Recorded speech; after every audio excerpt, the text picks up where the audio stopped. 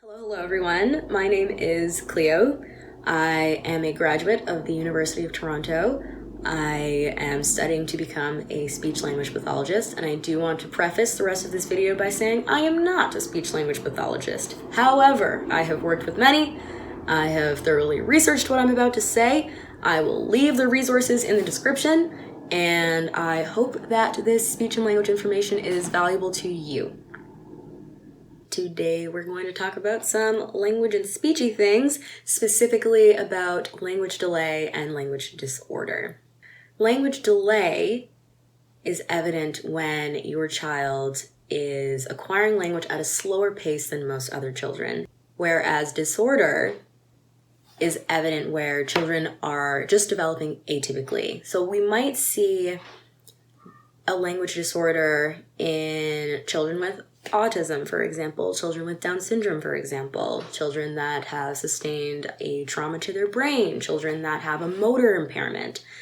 That's where we tend to see atypical language development, where we tend to see language disorder.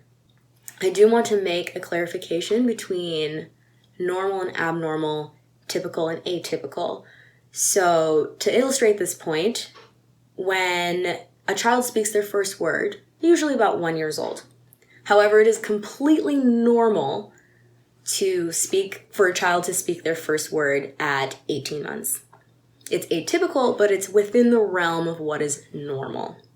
When it comes to delay, one of the biggest milestones we want to see is absolute minimum 50 words by 2 years old. 50 words by 2 years old at minimum. A lot of 2-year-olds get up to 200 to 300 words. And more importantly, we want to see kids combining words at 2 years old, at least 2. So to say, I want an apple for snack, they might say, want apple. Put those 2 words together. That's their sentence. That's fantastic. That's what you want to see. I do want to make the point that having 50 words doesn't mean pronouncing them perfectly. Having those 50 words means when your child says this sequence of letters, you recognize what they're trying to say, and it's in relation to something. There's a referent. Maybe they say ba for ball, but you know when they say ba, they mean ball. They know when they say ba, they mean ball, and that's one word. When you get to about 2 years old, and they're not speaking very many words, we start to worry that either the child has a language delay or they're a late talker. And if you're not sure about your own child, I implore you to utilize Early Ontario's free resources to sign up and consult with a speech-language pathologist.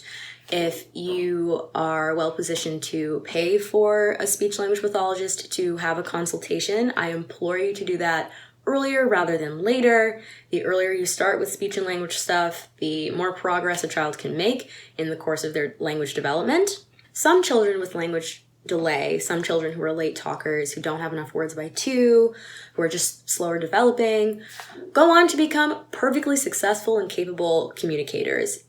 So it's important to do the work as early as possible, but also every child is different. They're trying to learn as fast as they can, I promise you.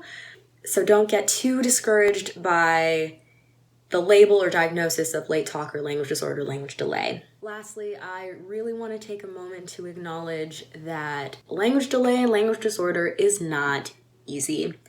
I commend all of you on your ability to put forth effort whenever you have capacity to, as often as you have capacity to improve your child's communication.